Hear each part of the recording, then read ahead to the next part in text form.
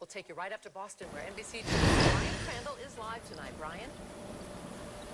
Yeah, Patrice and Jean, we thought we'd give you a view outside of Copley as it's quiet inside the Fairmont Copley Hotel here. They just finished setting up inside a short time ago. Of course, Martha Coakley hopes it's the site of a celebration in a few hours. But as you heard with those recent poll numbers, that's still very much uncertain tonight. Martha Coakley seemed in good spirits when I caught up with her late this afternoon at a pizza place in East Boston. Coakley had lunch there with Boston Mayor Marty Walsh, among others. The two-term Attorney General told me the result today is all about the ground game, getting people out to vote.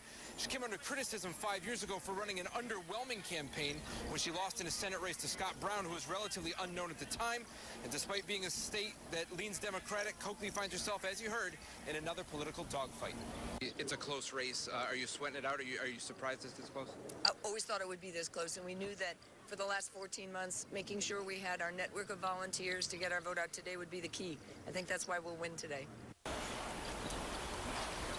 And we'll be live inside the hotel the rest of the night to see how she does. I'm Brian Crandall, NBC 10 News, live in Boston.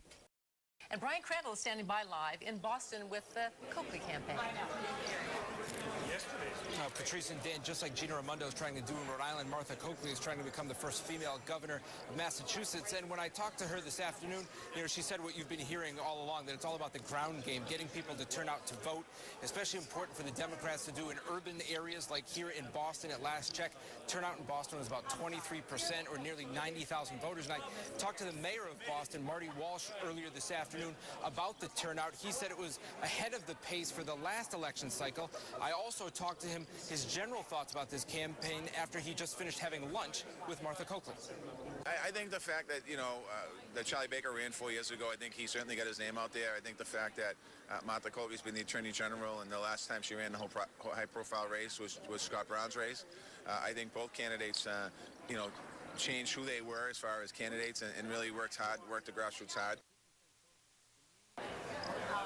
Of course, what Mayor Walsh was referring to there was the race that Martha Coakley ran nearly 5 years ago now for the special Senate election to fill the seat vacated by Ted Kennedy when she lost in what most people considered a huge upset to Scott Brown, who's a relatively unknown Republican state senator at the time.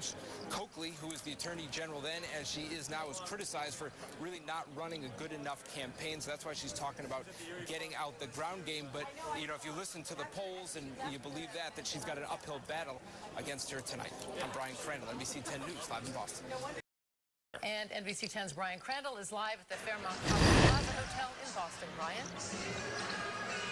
Well, Patrice and Dan, while the suspense is over in Rhode Island, far from it here in Boston as we await the result in the governor's race. As in all the other races are over by now, but no happy victory speeches, no sad concession speeches so far in this race.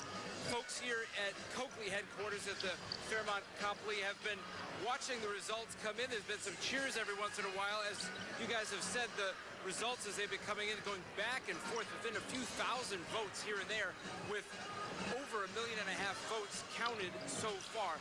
We've been talking about Martha Coakley's ground game, as she calls it, a lot of political operatives call it, in terms of trying to get out the vote.